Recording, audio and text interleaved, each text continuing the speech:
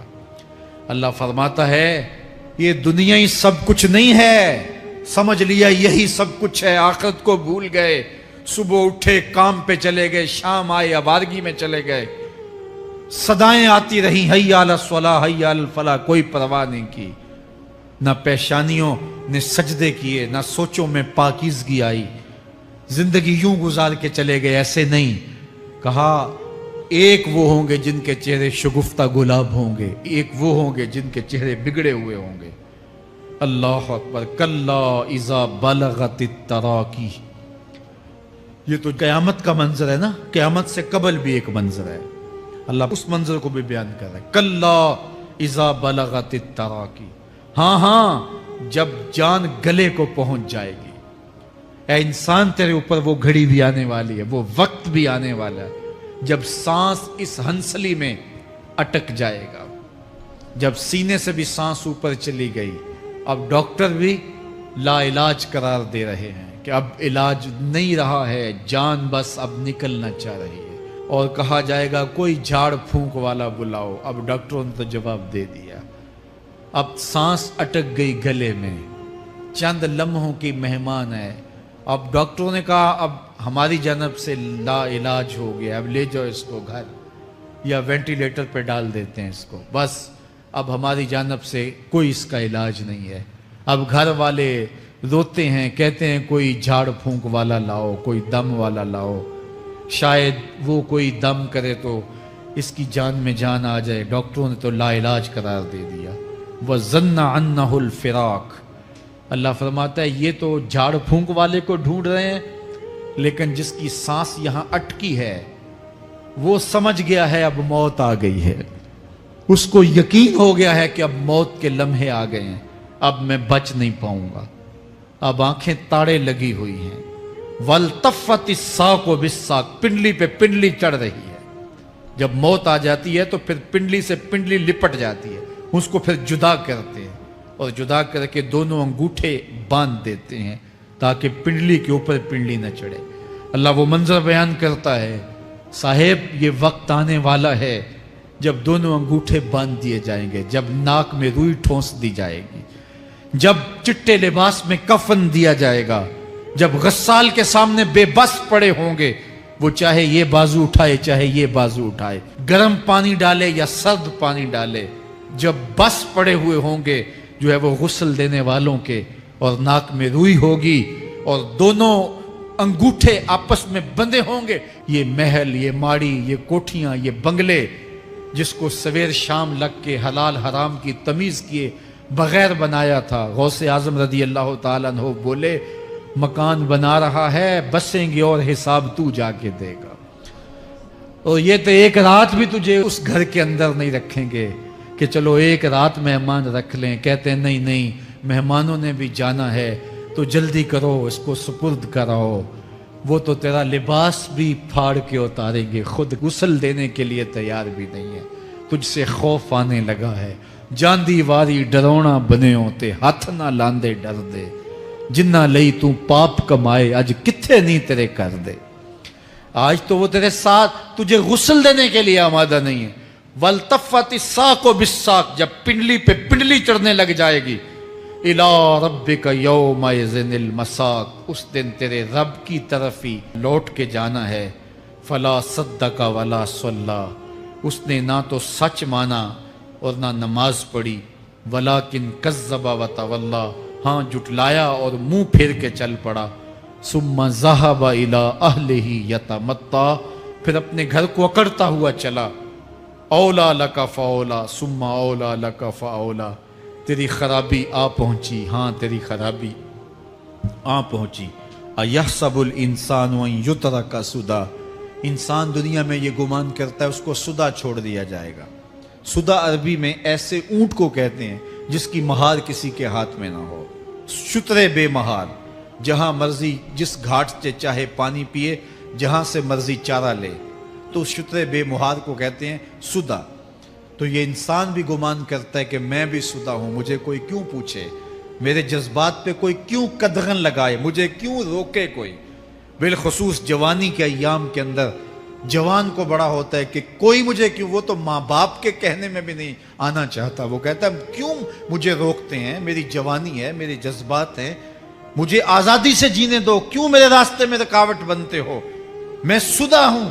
اللہ فرماتا ہے نہیں، ایک اونٹ تو سدا ہو سکتا ہے، جس کو میں نے اشرف المخلوقات بنایا ہے اس کو تو سدا نہیں چھوڑوں گا، اس کو تو پابند بناؤں گا حکام کا۔ اب وہ کہتا ہے کہ نہیں نہیں، یہ کیسے دوبارہ اٹھائے جائیں گے؟ اب دوبارہ وہی بات پھر آ گئی، الم یک نطفۃ من منی یمنا۔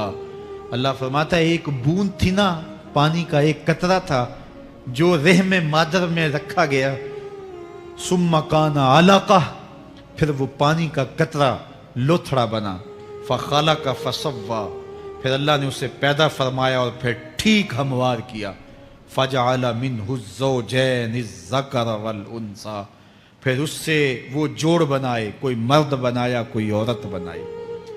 کہا اب غور کر، اب تیری آنکھیں دیکھتی ہیں، بجلیاں چمکتی ہیں، تیری زبان کا طوطی بولتا ہے، لوگ اشش کرتے ہیں تیری گفتگو پہ، تیری گفتار پہ صدقے جاتے ہیں، تیرے لہجے کے جمال کو دیکھتے ہیں، تیرے سینے کا زور، تیرے پنجوں کی طاقت، تیری دماغ کی تیزیاں اور تیری سوچوں کے اجالے، تیری زوردار ٹانگیں، تیرے کڑیل بازو اور تیری چوڑی چھاتی اور تیرے گلاب کی پتیوں جیسے ہونٹ۔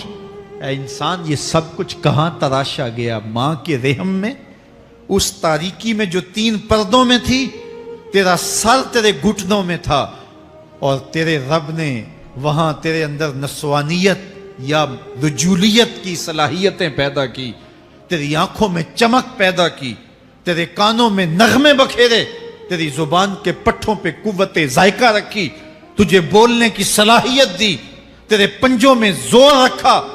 آج تو مفتی شہر ہے، آج تو علامۃ الدہر ہے، آج تو قاضی القضات ہے، آج تو منسٹر ہے، آج تو وزیر اعظم ہے، آج تو پہلوان ہے، آج تو شہزادہ ہے، آج تو بادشاہ ہے، آج تو زوراور ہے، آج تیری طاقت کے کیا کہنے، آج شیروں کو تو نچا لیتا ہے، ہاتھیوں کو تو بٹھا لیتا ہے، آج تو بڑا زوراور گھڑ سوار ہے، آج تیری طاقت کے کیا کہنے، تو کشتی کرتا ہے، زمانہ دیکھنے آتا ہے، آج تیری طاقت کے شوہرے ہیں، تیری عظمت کے تنتنے ہیں، لیکن انسان تو ایک ناپاک قطرہ تھا اور رحم مادر میں تھا، تیرے اندر یہ رنگ کس نے بھرے، تیرے کانوں میں نغمے کس نے رکھے، تجھے دماغ کی قوتیں کس نے دی، زبان کو بولنا کس نے سکھایا، آنکھوں میں توانائیاں کس نے رکھی، تیری زبان کا طوطی بولتا ہے، یہ سلیقے کس نے دیے؟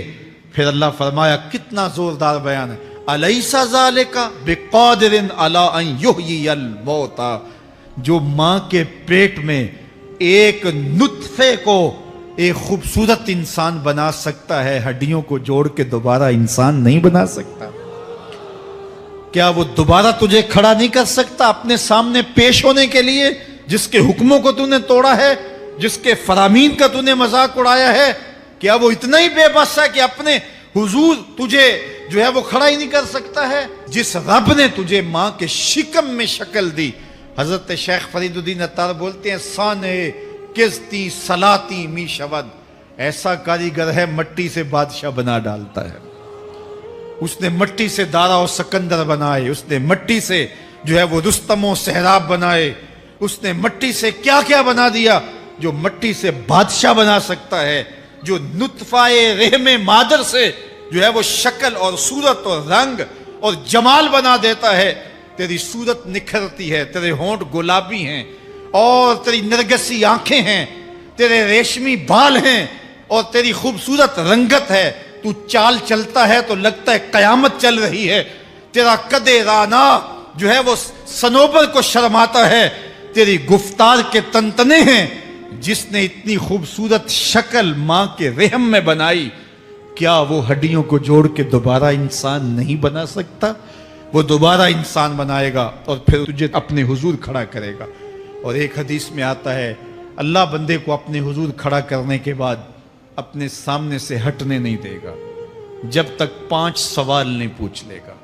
ان عمرہ ہی فیما افنا ہو، اس کی عمر کے بارے میں پوچھے گا کہاں ضائع کی؟ میں نے تجھے زندگی دی 60 سال 70 سال 40 سال 50 سال، اس زندگی کو کہاں گزار کے آیا ہے؟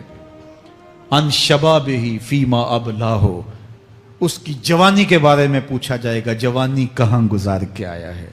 مجنوں تو نہیں بنا رہا، خواہشات کا اسیر تو نہیں ہو گیا، دیوانوں کی طرح زندگی تو نہیں گزار کے آ گیا؟ تیری جوانی کسی چوک میں تو نہیں گزری، تیری جوانی آوارگی میں تو نہیں گزری، ساری رات سوشل میڈیا کے اوپر گندگی اور غلاستیں تو نہیں دیکھتا رہا؟ تیری زندگی گزری کہاں ہے؟ تیری جوانی گزری کہاں ہے؟ اگر کوئی جواب نہ ہوا تو پھر کیا جواب دے گا؟ اور وہ کتنا خوش نصیب ہوگا جو کہے گا مالک میری جوانی سجدوں میں گزری، میری جوانی قیام میں گزری، میری جوانی رکوع میں گزری۔ میرے حضور فرماتے ہیں سبعۃ یظلھم اللہ فی ظلہ یوم لا ظل الا ظلہ، 7 اشخاص ایسے ہیں قیامت کے دن جب کوئی سایہ نہیں ہوگا اللہ ان 7 کو اپنے عرش کا سایہ دے گا۔ ان میں سے دوسرا شخص میرے حضور نے بیان فرمایا وشاب نشأ فی عبادت اللہ، وہ جوان جس کی جوانی اللہ کی عبادت میں گزری۔ جوانوں اپنی زندگی کو مالک کی دہلیز پہ لے آؤ، جوانی وہی ہے جو مالک کی چوکھٹ پہ گزرے۔ اپنے دل کا تعلق جوڑو، عشق کرنا ہے تو پھر آمنہ کے لال سے کرو، محبت کا رشتہ ان سے جوڑو، تعلق کا ربط ان سے قائم کرو، جوانی کو دین کی راہ پہ ڈالو۔ اللہ اکبر، سنو میرے حضور کا فرمان انا حبیب اللہ، میں اللہ کا حبیب ہوں۔ پھر فرمایا الشاب التائب حبیب اللہ، جو جوان جوانی میں توبہ کرے وہ بھی اللہ کا حبیب ہے۔ آؤ اللہ کے حبیب بن جاؤ، اللہ کے حبیب بن جاؤ، اللہ کے حبیب بن جاؤ، اللہ کے محبوب بن جاؤ۔ لیلۃ القدر کی گھڑیاں ہیں، رات کا پچھلا پہر ہے، اللہ کے حضور یہ عہد کر کے اٹھو مالک جو زندگی گزر گئی آئندہ جوانی کا ایک ایک لمحہ تیرے لیے گزرے گا، جیوں گا تو تیرے لیے، مروں گا تو تیرے لیے۔ میری ایک ایک سانس تیرے نام وقف ہوئی، میری زندگی کی ایک ایک ساتھ تیرے نام وقف ہوئی، میں اپنا سب کچھ تیرے لیے پیش کرتا ہوں۔ میری زندگی کا مالک بھی تو ہے، میری موت و حیات کا خالق اور مالک بھی تو ہے، یہ زندگی تو نے دی، تیری امانت ہے، تیرے حضور ہی پیش کرتا ہوں۔ اور لیلۃ القدر کی گھڑیوں میں اس عزم کے ساتھ گھروں کو لوٹو کہ اللہ میری زندگی کا ایک ایک لمحہ تیرے نام ہوا، آنے والے موسم تیرے نام ہوئے، میری جوانی تیرے نام ہوئی، میرے آنسو تیرے نام ہوئے، میری پیشانی تیرے نام ہوئی، میرے دل کی دھڑکن تیرے نام ہوئی، میری صلاحیتیں تیرے نام ہوئی۔ میری زبان بولے گی تو تیری تسبیح بولے گی، تیرے ذکر کے ترانے پڑے گی، میرے کان سنیں گے تو قرآن کے نغمے سنیں گے، میری آنکھیں دیکھیں گی تو مالک تیری قدرت کی نشانیاں دیکھیں گی، تیرے رسول کا روضہ دیکھیں گی، تیرا کعبہ دیکھیں گی۔ مالک میری زبان سچائی کے نور سے مالا مال ہوگی اور میں ساری زندگی تیرے نام کرتا ہوں۔ اور جب آپ اپنی ساری زندگی اللہ کے نام کر دیں گے تو پھر وہ پوری کائنات تمہارے نام کر دے گا۔ کی محمد سے وفا تو نے تو ہم تیرے ہیں، یہ جہاں چیز ہے کیا لوح و قلم تیرے ہیں۔ اللہ آپ سب کو اپنی پناہ میں، امان میں اور حفاظتوں کے حصار میں رکھے۔